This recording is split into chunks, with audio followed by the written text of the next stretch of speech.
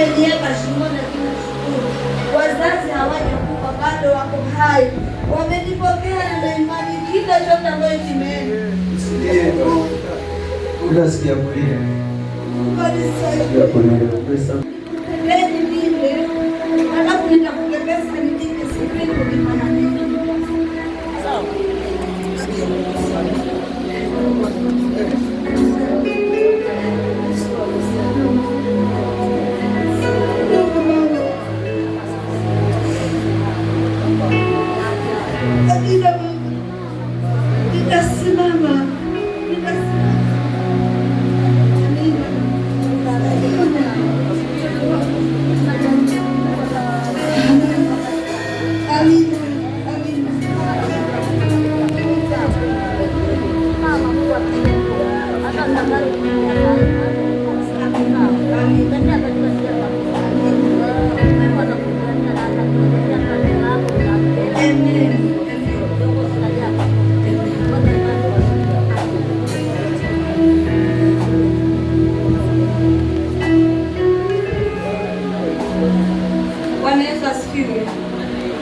Ni uchungu, lakini ninashukuru. Kitu ambacho nalilia, nataka tu mtoto wangu arudi tu, hata kama amezaa, lakini mwenyewe tutakuja fanya maisha na yeye, tutasonga mbele, na nina imani nimerudi madhabahuni kwa Baba, na kuanzia leo mnipokee na nimerudi upya kwa Baba. Naomba tu kuzidi kunisaidia na maombi. Lakini dada, hata kijana, angalia rafiki ambaye unatembea naye na uchunge, maana mimi nimetembea na nimeona maisha ambayo nimepitia ni magumu. Nipigana kama mimi, lakini mchezo ambao umetendewa hata mwenyewe hakuamini, na wanasema nikitoka mtoto wangu atarudia. Sasa nimetoka, nataka nimuone amerudi. Nashukuru.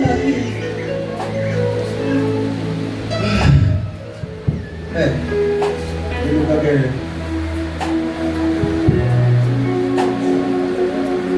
hata nguvu ya nani imeshuka. Sawa.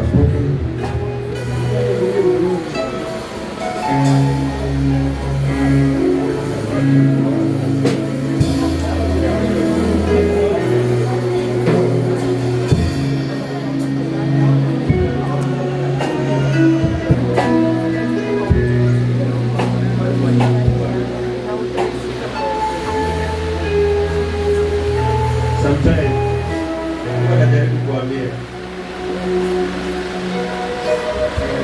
mimi nimeongelewa sana, nimebarikiwa vitu msivijue.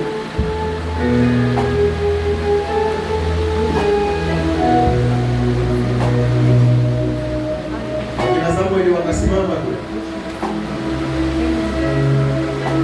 nimeongelewa mimi.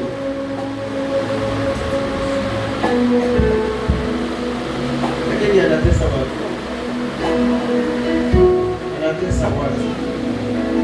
Nini roho yako? Nini wasiongee nyamaza?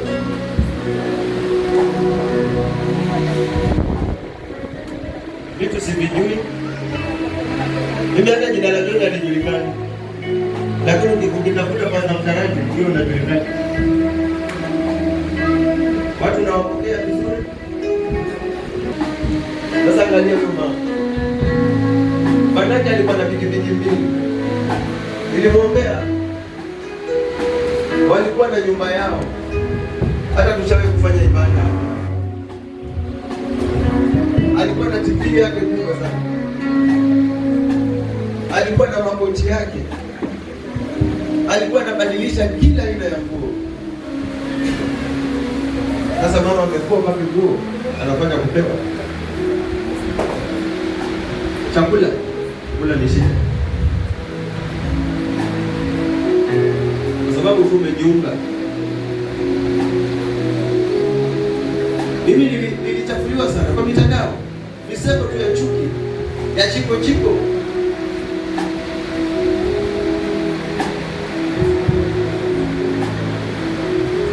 Siongee hivyo. Wananyamaza. Lakini mimi nikijua mimi mwenyewe sifanyi dhambi, ni baya ni useme ni wewe unafanya dhambi. Lakini kama unasema na ufanye dhambi, wacha Mungu. So mama, jisikie huru kabisa. Wewe jisikie uko nyumbani. Mimi ni babako na nitabaki kwa baba.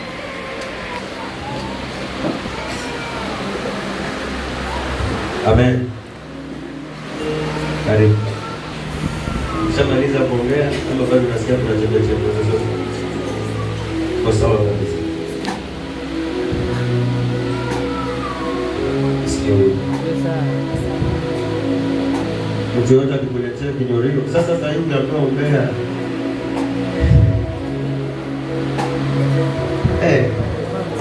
Basi jini semeni.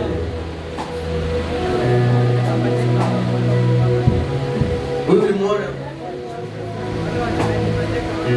Akikimbia haraka.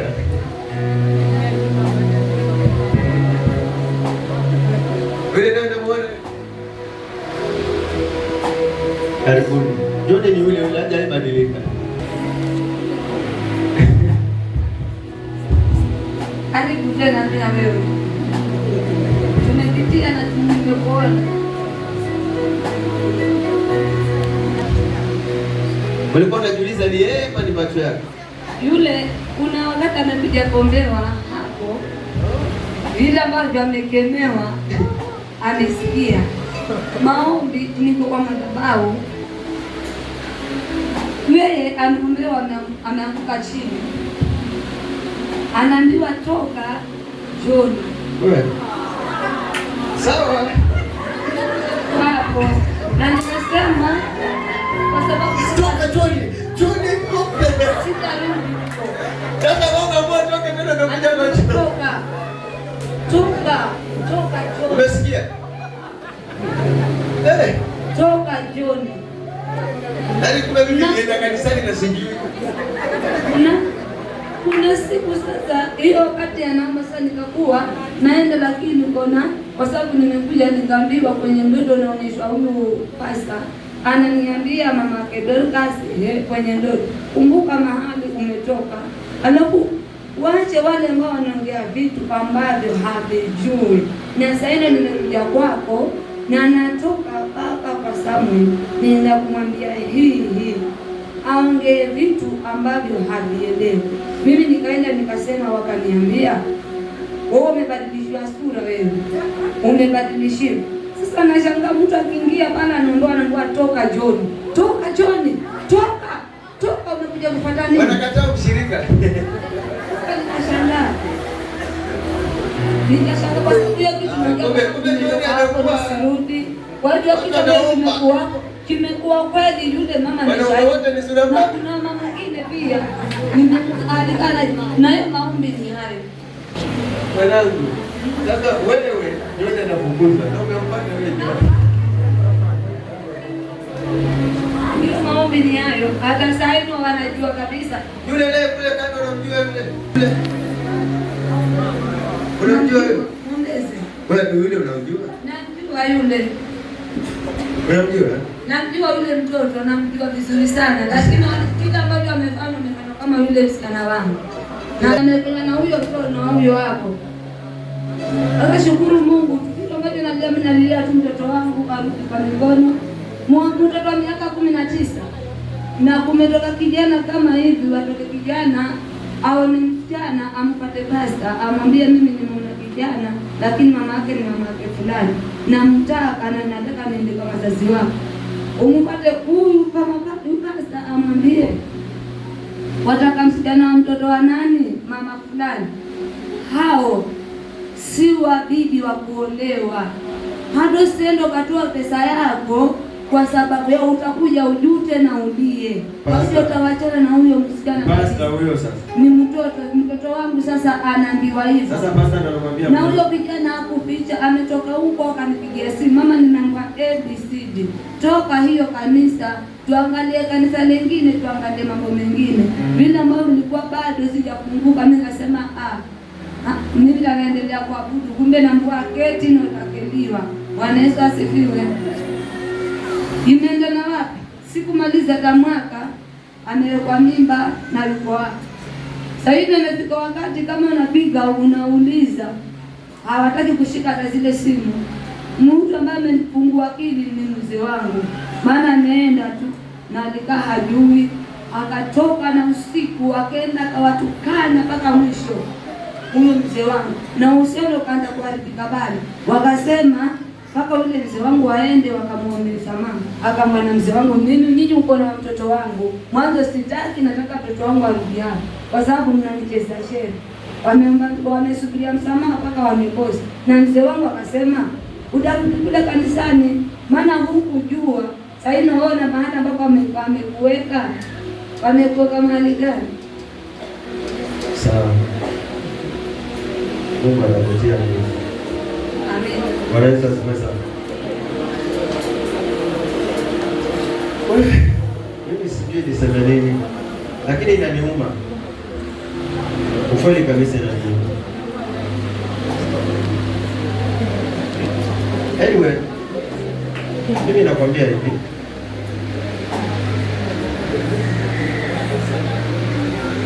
Sikia chochote unachoambiwa, amini.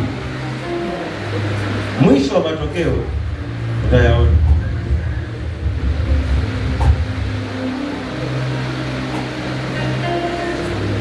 Kwa kweli mama alitekwa.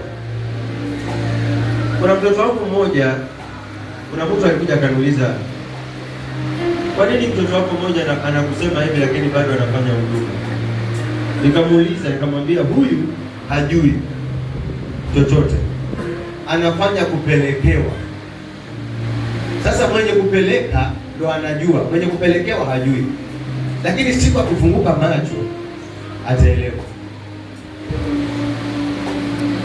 Niliwaambia vita vikubwa vya mtumishi ni kunenewa habari. Hiyo ndio vita vyake, hakuna vita vingine.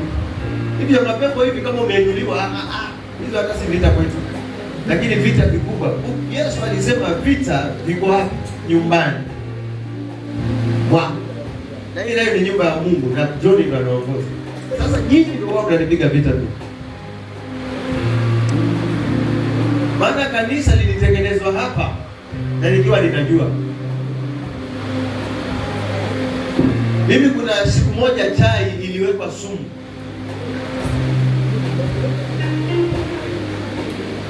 Na hiyo chai aliyeimwaga ni huyu. Sasa kama mtu anaweza kumwagia njama kubwa hivyo, ni lipi ambalo hawezi kusema? Ni nini ambacho hawezi sambaza? Nimejaribu mbinu hii kashindikana, nikajaribu ile kashindikana. Pale kikombe kilipasuka tu chenyewe. Kasema hii chai ambayo kwa ina nini kama hapo. Na wakati huo nilikuwa na bidii ya kuletewa chai, lakini ilikuwa sikujui. Huyu nikiletewa huyu anazimwaga kama hamjui jueni leo. Hata Monica anajua hiyo. Kwa hivyo ulikuwa unapika maziwa rigirigi, naenda tunamwaga tuone. Sikufichi. Kama ninadanganya huyu mama ametoka kuhubiri saa hii, ulizeni. Kuna wakati nilikuja nikaacha chakula ambacho ilikuwa napikiwa. Roho tu ikaniambia usikule.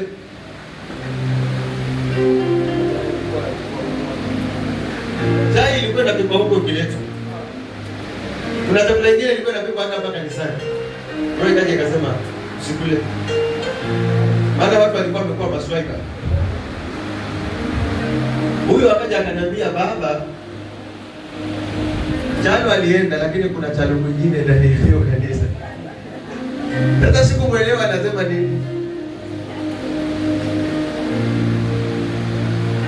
Tunajua tunajua tulikotoka. Hatujui tunapokwenda. Tunaona watu masura lakini haujui ndani ya mioyo yao. Sasa mimi huwa nasema si yuko Mungu. Si anaona yote. Mungu si wa Mungu peke yake. Mungu ni wa kila mmoja.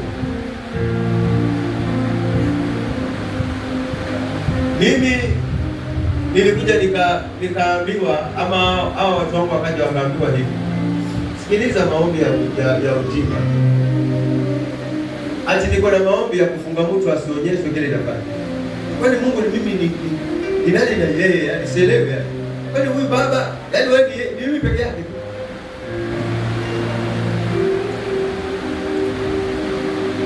Huyu aliambiwa funga siku ngapi sijui 3 uone kile kinaendelea. Mkakuwa ombezi mfunge. Majitesa bure. Watu wakiongozwa na roho, wao wanaongozwa na mtu. Shamba. Na wale watoto wangu wengi ambao walikuwa huyu alirudi alikuwa St. Thomas. Wote wanapima tu.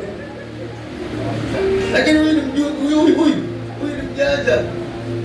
Na yeye alikuwa na baba. Alichukulia kaona hapana, hao wanapeleka kusiku. Akapiga mahesabu. Akasema si baba yupo. Mimi hapana, sitakufa. Hata kuna mwingine jana alikuja. Akaniambia hapana. Kuna mama tulikuwa na yeye hapa. Kazi yake ni kuzunguka na mama mwingine. Akaenda kusema, mimi nimeambiwa sijui wasichana wanaokaa hapa. Nachukua nikienda nikichinja nikoregesha. Yaani wanakuwa kama kuku. Mimi nimeambiwa nimelala na mabibi za watu. Inashindwa. Kwani hii yangu peke yake ndio inaisimama?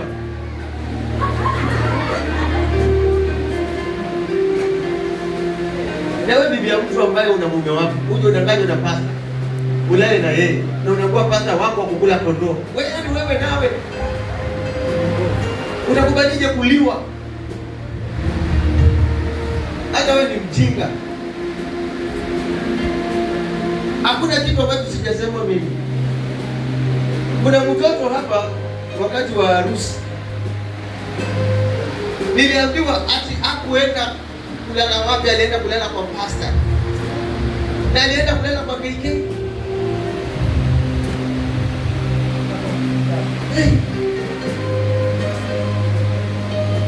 Mchukua akaenda naye huko na bibi yake. Joni naye akiombewa na kuwa choka. Mimi nimeenda na mtu kule napo niko kwa mapepo. Ndugu zangu. Hata mimi nimezaliwa. Bwana Yesu asifiwe sana. Mimi nimezaliwa. Na niko na mzazi mmoja. Mwingine alienda. Lakini akiyasikia haya hata yeye pia ataumia. Tafadhali. Tupendane. Mungu ja hapa, Mungu hakukuleta hapa usengenye mwingine. Yaani, hebu fikiria, wewe ulikuja kujulishwa hapa ili muone mwingine ni mbaya. Si ulikuja hapa kwa ajili ya Mungu. Sasa angalia yule mama vile ananihuzunisha. Siko baya mama kwa sababu muongea. Juzi alikuja hana hata chakula.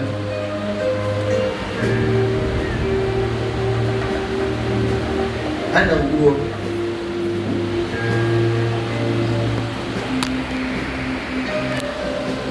Nashukuru wale ambao walijitolea kubariki mama na Mungu. Na hata wewe ukiguswa unamuona saizi yake. Mletee tu. Mimi ni baba mwenye upendo. Haijalishi umenisema mama. Nakupokea. Joni hata badilika. Watu wengi wamengojea mabaya kwangu. Lakini yanayosema kwangu yanatokezea kwa wengine. Hata tunaendelea kuliwa. Lakini hawatanimaliza. Sijawahi kuona nyama ya mtu ikiliwa hivi.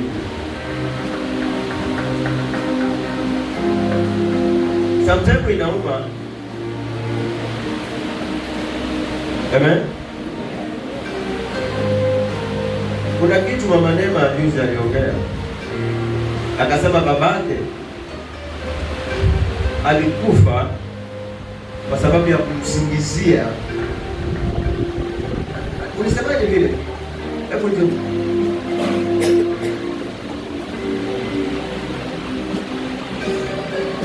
Wajua unaona hapa kanisani. Kama wewe sikusaidii, kuna hao wazee na wasaidia sana. Ulisemaje ile?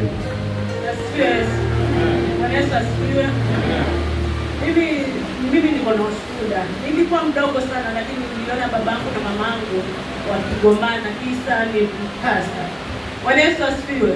Kwa sababu babangu alikuwa na babangu mkubwa, pasta alikuwa na mamangu. Basi ikaenda mpaka ikafikia mwisho, yule babangu akawa ameamini kama mama yuko na yule pasta. Ikaenda mpaka babangu akatoroka pale nyumbani akaenda zake. Alipoenda akakaa huko, akaenda kapofuka macho. Akaambiwa ameshikwa na mshipa wa macho. Mama katoka hapo akaenda akakaa naye, alipopona sasa karudi. Aliporudi hakumaliza huo mwaka, babangu akafariki. Kumbe ni laana ya Mungu ilikuwa yamfanya. Kwa hivyo Wakristo, kama mko hapa kanisani, lakini saa yote mwaka mkiongea mtumishi wa Mungu, kuna laana na kuna mauti. Bwana Yesu asifiwe. Mimi hata siongei mengi, si yeye peke yake, kuna mwingine pia namuita kama mjomba. Alichukua Biblia akaenda katupa, alishikwa na wazimu na akaja akakatwakatwa, akaonekana ni mtu mbaya kwa sababu ya laana ya Mungu. Kwa hivyo mtakapokaa kanisani, lakini mkikaa mnataja watumishi wa Mungu, kuna laana kubwa ambayo inawafuata. Atakayesimama akisema huyu mtumishi wa Mungu yuko na hivi, usikubaliane naye, kwa sababu mtakapokubaliana naye, ukiyashika ukae ukijua hiyo laana, wewe na yeye mnyote mwaenda. Kwa hayo Bwana ayabariki.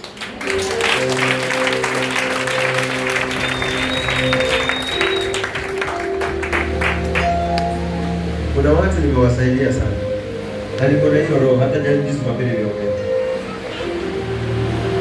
Hawaongei wakati hawana kazi. Unampenda. Na siku mambo yatakapoenda vile usivyotarajia. Wajua wakitoka wanasema nilikuwa na kazi. Wakati ukiwa hapa hauongei. Ukakuzalishwa na wewe pastor. Alafu watu wanaosikia hivyo, kitu hata hujui. Hata hujachunguza. Unanibeba. Sijui umeona nini, hata haujui kiini chake kimekuaje mpaka kafikia hapa. Kwa sababu mtu akiongea akiwa peke yake ana nguvu sana. Lakini muongeleshe nikiwa na yeye. Mimi hata sina siri kwa kanisa yangu. Mimi huwa kila kitu wanakiongea. Lakini siri za watu niko nazo kwa moyo wangu. Na hutaniona nikiongea. Kwa sababu hiyo sio hapo nimeitiwa. Lakini hapo nihusu naongea. Hata wewe kitaposikia mimi mwenyewe nishaongea. Amen. Sasa unaona hii anaanza tena. Mume wake alimfanya mpaka mume wake anaanza tena. Na mume wake alikuwa amebarikiwa sana. Hao watu kama kuna washirika ambao walikuwa wanakaa vizuri kati wa wakati huo, ilikuwa ni huruma. Sikuficha. Wakati wa corona tuliomba kwa nyumba yake. Kwa tunakutana. Wewe unashikana na mtu aliye na nia yake tofauti.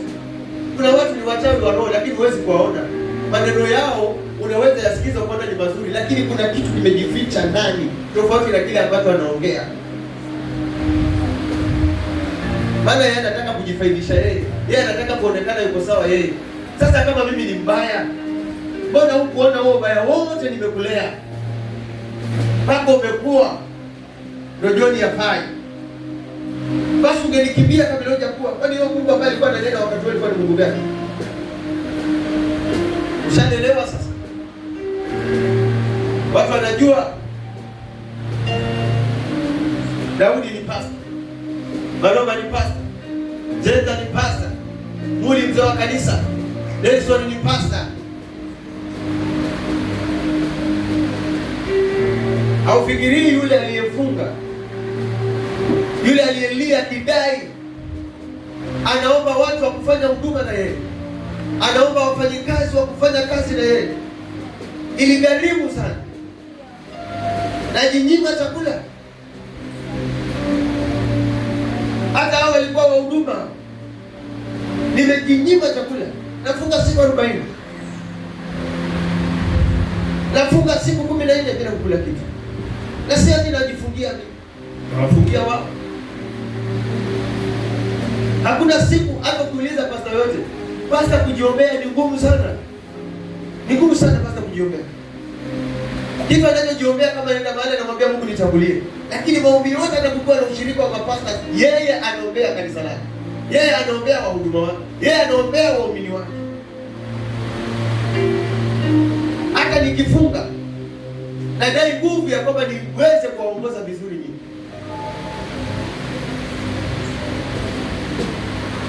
Sina ubaya na mtu.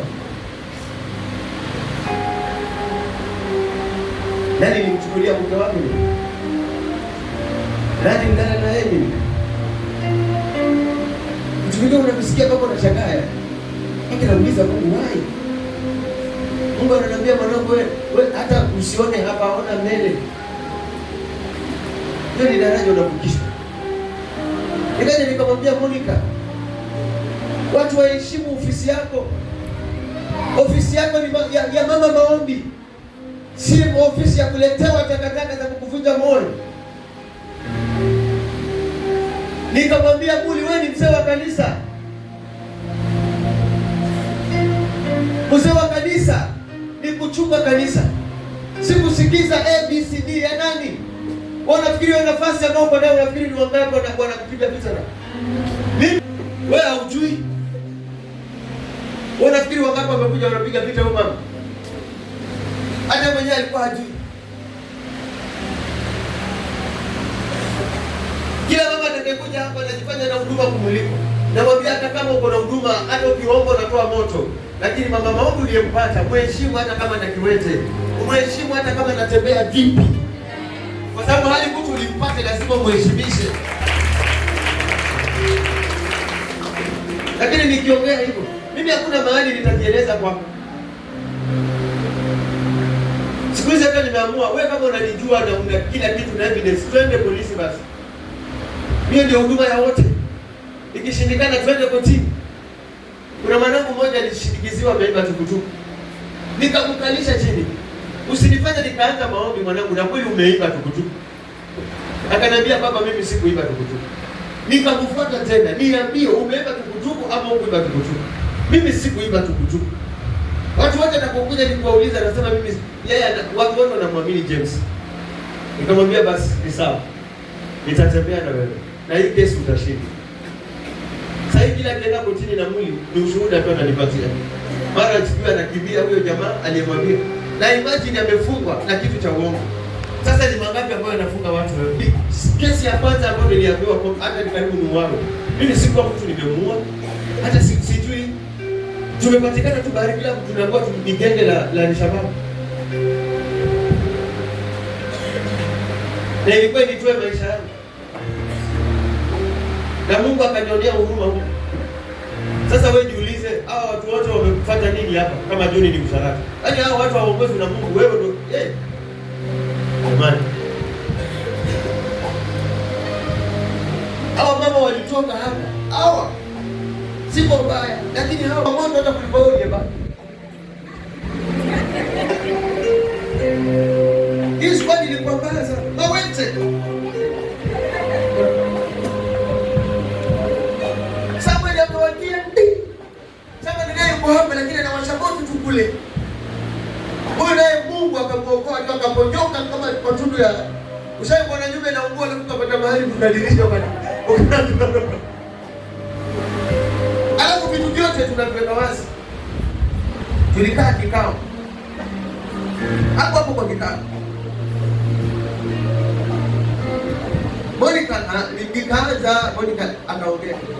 Muli naye akaongea. Mwingine tukamkalisha hapa hata alikuwa anataka kutoka kanisa. Siku hizi anasema mimi ni Mungu alinitoa. Imagine nilikuwa nataka kuendelea na huduma. Mimi nikamwambia mali sana kwanza. Na familia yako. Sasa yeye ndo anazungukia watu. Wale vijana wengine walikuwa hapa, wametiwa maneno.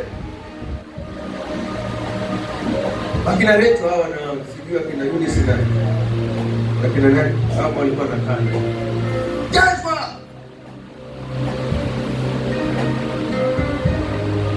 Wote nenda kujitetea bwana. Mtu mwingine ambaye ni mwerevu, wewe ulipata mwenzako ni hichi hapo. Unaona hata? Aka nikachukua ondo. Aka Nelson. Kaka hivi kama bidii. Ukidhani uko naye, kumbe ana kusikiza.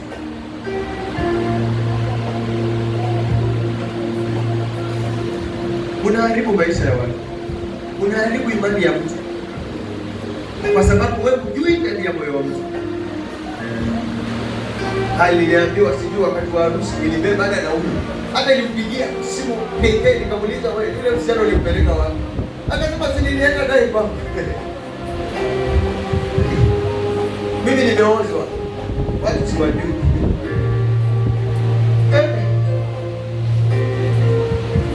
Lakini yote Yesu ni Bwana.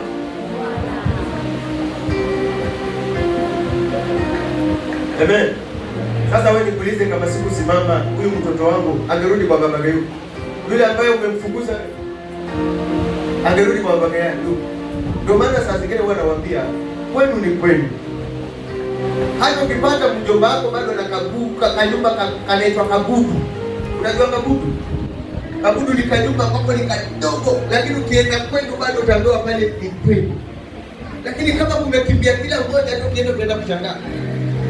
Sisi tuko hata nikibaki na mshirika mmoja, mimi sijajiita, nimeitwa na Mungu na ninajua kuwa nimeitwa na Mungu. Hata sisi tulikuwa na mkutano mkubwa sana,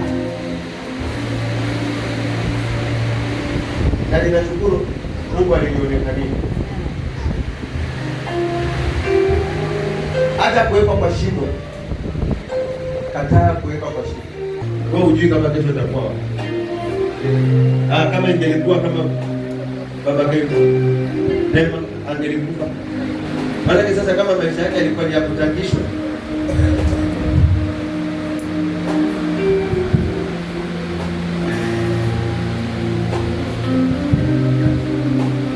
mimi nimeliwa na nimetaka hapo, yaani hapa hakuna mtu ambaye sijanajwa naye.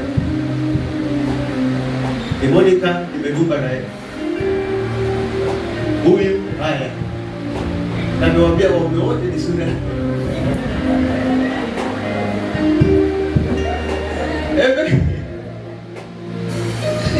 Jamani.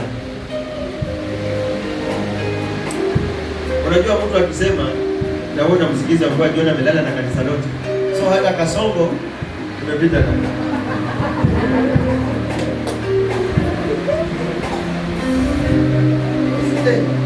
Nitapata nguvu gani kwanza mimi ya kuongea mbele yako wewe? Nitaitoa wapi uganzi mimi? Nitaipataje kufunza wewe hata na mchana? Nitaitoa wapi? Mimi mwenyewe ni mbovu. Jamani, John ameliwa. Nimekulwa. Nimeliwa.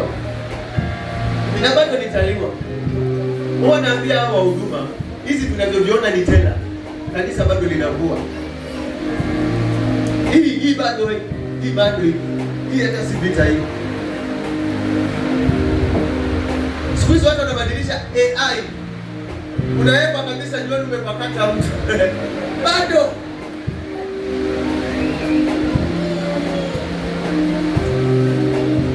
Wewe hujaona Ruto alitaka kumaliza watu kwa sababu ameweka maiti amekufa. Na mtu kwa hiyo. Bwana Yesu asifiwe sana. Mwanangu, karibu. Mimi ni babako. Sawa? Ni babako. Njoo nyumbani. Ongea na mzee, apige roho yake kwa. Sawa? Tutasimama na yeye. Na tutasimama na wewe. Na watu hata leo hawatatoka bila kukupatia unga. Wewe ndio unakula. Ndio, ninyi nyote kama mmempokea, mtoto mpokee kwa kikucha. Alichinjiwa ng'ombe. So baada ya ibada mchinje ng'ombe. Sawa. Bwana Yesu asifiwe. Bwana Yesu asifiwe tena. Mimi nikiwa mbele yenu, yale ambayo nayasikia mimi yananitia uchungu. Bwana Yesu asifiwe.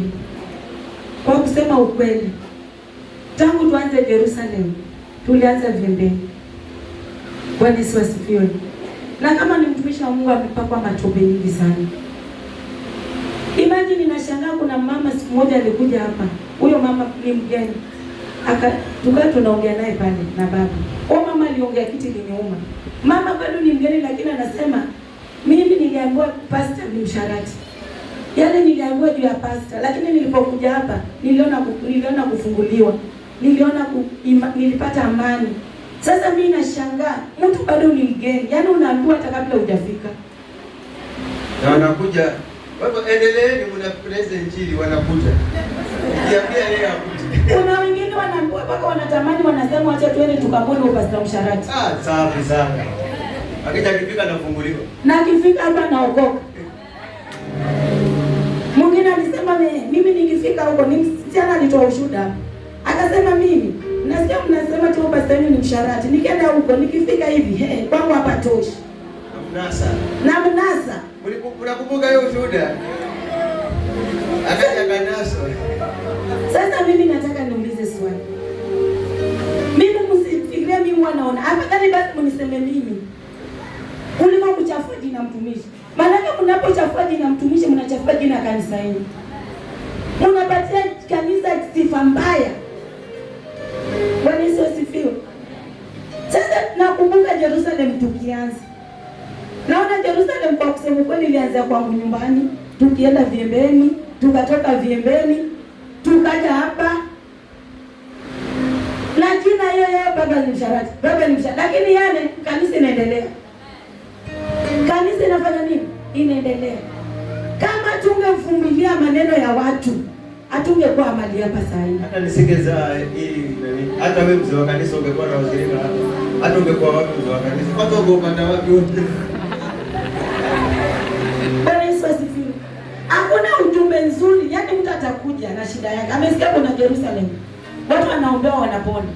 Akifika hapa ataombewa atapona atafunguliwa. Yule mtu akienuka basi ni msharati. Amelala na mtu fulani. Mimi niliambiwa amelala mpaka bado kuingia kwa teenage. Sasa hapo nijifunge mwenyewe, alafu niwafunge wanaotoa. Nani sisi wenyewe ndio tunatoa hizo kauli. Na mnasikia mwanangu, hata nimeshtuka sana. Yaani yale ameongea na pale tulimwacha. Hata sijaamini. Huyu kwake kulikuwa kunaingia mchele gunia unga bandali. Ungangano mabandali. Na alikuwa vyombo vyenyewe yoshiwa na kibarua. Ufua yofuliwa na kibarua. Deki anapigiwa na mtu wa kibarua. Sasa hii yeye anatafuta. Lakini hii dunia.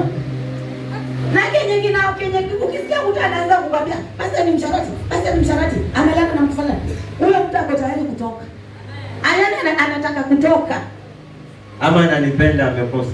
Ama amekupenda amekosa. Sasa anataka kabla hajatoka akutoe wewe kwanza. Wapendwa, mimi nakwambia Jerusalem bado inataka kuzaliwa. Watoto bado wanataka kuzaliwa Jerusalem. Kuna mwingine bado anamhitaji. Kuna mwingine bado anamhitaji, anataka msaada wake. Bwana Yesu asifiwe. Mimi ninakumbuka tukiwa Viembeni. Kuna ndoto niliota. Kama kuna mama amekuja kaleta glasi. Alipoleta glasi akaweka hapa chini. Akasema hizi glasi ni za wazee. Wamama watajipanga. Mimi nilipofika nikaona zile glasi nikasema glasi zinasemekana ni za wazee, wamama watajipanga. Nikaenda ofisini. Nikaenda kuchukua nini? Vikombe vyangu niondoke. Bwana Yesu asifiwe. Nikifika pale nikapata kulikuwa na wamama pale. Huyo alikuwa hapo kwa ofisi na huyo bibi ya huyo pastor wangu. Nikaanza kuchukua vikombe. Nikichukua vikombe vya zana. Nikichukua kikombe nikaweka kwa sufuria kikombe kinaza mwenzake. Nikauchukua hii chupa kinaza chupa nyingine. Ukishika hii chupa inaza chupa nyingine. Nasema jamani, mbona mimi nasaja vikombe na vikombe vya zana? Na hapo kwa ukutani pia kuna vikombe vyako ufungua ukatoa. Kwa ofisi ya baba. Ninafungua na unjio kuna kabati. Natoa vikombe vya kaore. Nikitoa vikombe vya zana tu. Sasa vikombe vilizana mpaka nikasema ni sufuria imejaa na vikombe vinazana, vikombe vishi, nikasema afadhali nikae.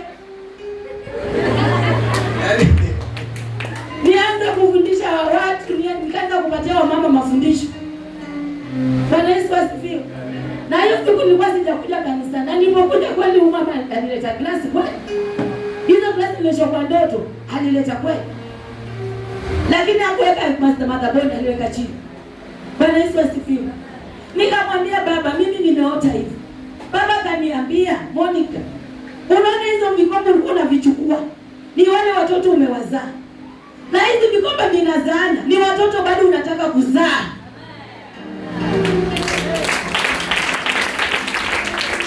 Haleluya. Na hiyo idadi ilikuwa viembeni, si idadi iko hapa. Kwa hivyo watoto wanaendelea kuzaliwa. Mpendwa, kama umekuja hapa na umebarikiwa, ushapata baraka. Shetani amekuingililia, anakuambia pastor ni msharati. Ukiangalia pastor umoni sasa, umoni kama ni reverend, unamwona mara mbili. Kwa sababu umeambiwa na una ushahidi. Bwana Yesu asifiwe. Umefanya kuambiwa kama jina ya kuambiwa baba ni msharati. Hakuna jina lingine. Hakuna dhambi nyingine ya usharati tu. Hiyo tu. Yaani hiyo nimezoea mimi. Sasa nikuulize, kati ya mimi na wewe nani msharati? Sasa waliosema baba ni msharati, mwesikizo ushuhuda zao kule wameni. Walio watakatifu. Wapendwa, tuweni makini. Hii madhabahu Mungu aliunganisha, Mungu alifungua hii madhabahu kufungua roho yako. Mungu alifungua hii madhabahu kuokoa watoto wake. Wapendwa, unaona hii yote umeleta wewe, lakini ndio vizuri.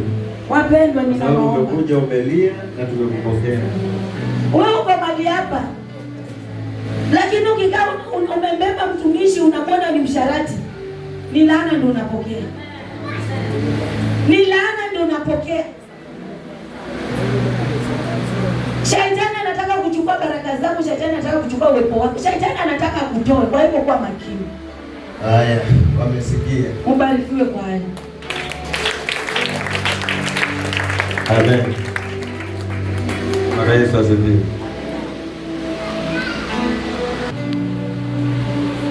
Umeridhika? Mama muongea. Katoa yote. Haya. Unamwona Maulidi? Maulidi, hebu simama. Mtoto wa Monica yule wa kiume. Naona amekuwa baba zinanika hata kananyonya kidole. Sasa ile mimba ya asubuhi kwa nasema ya yule. Kama una shida.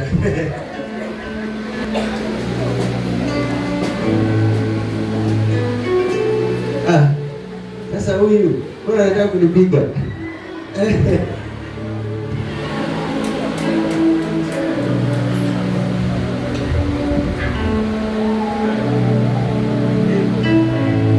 Asante. Baraza yeye ni chair, ananitia moyo. Nasema hata yeye kuna vitu vile alivisikia. Nikamrejesha nyuma kidogo. Kitu cha kuambiwa, kitu cha kuona.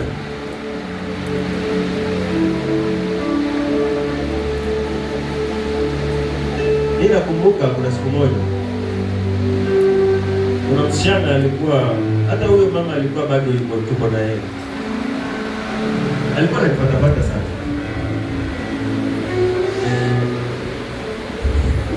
Ndani kwa kanisa nilipata kumfukuza. Wengine alikuwa ananitumania message tu. Hata wakati huo nilikuwa Nairobi pale kanisa nyingine. Ananiambia baba, sijui nikikuweka kifuani au doki.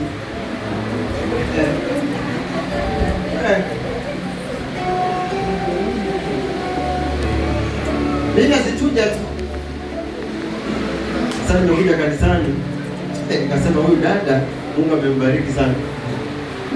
Karibu. Tena Samuel nikamwambia hebu soma hizo message ambazo yule dada wewe.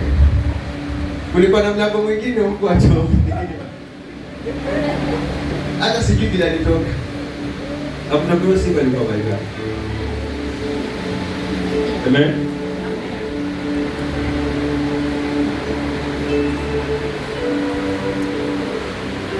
Sijui nisemeje. lakini Mungu hataongea. Naona maandiko ikisema ya kwamba kilichofanyika pasiri atakifunua kwa watu. Mambo mengine si yale unayofikiria, mambo mengine ni kama haya.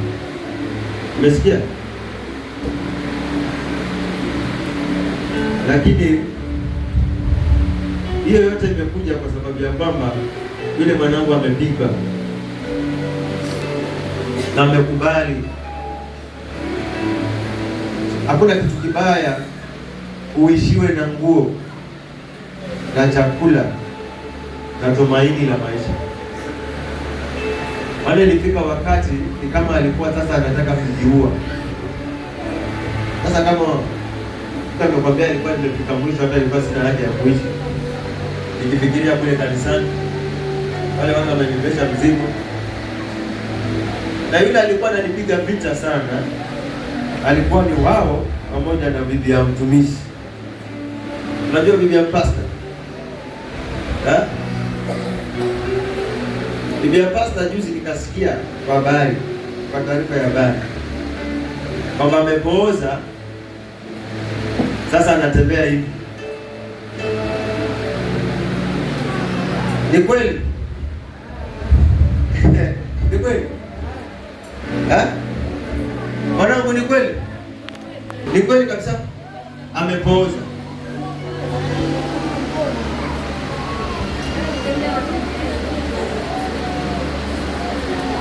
Na alitoka hapa na hao ndio walikuwa wakikukalia mpaka wanapika chai. Ogopa mahali unaenda unapikiwa chai kwa sababu ya joto.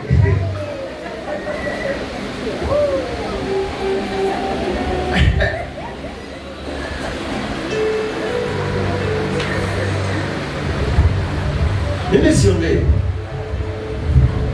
na hakuna mahali nilihusika nikaombea mtu mabaya.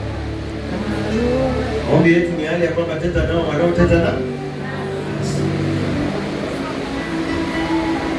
So mwanangu, karibu Philip Green na wengine, na mimi sina shida na watoto wangu. Hata tukitoka hapa tutapiga sifa kali sana ya kuridhisha roho yako.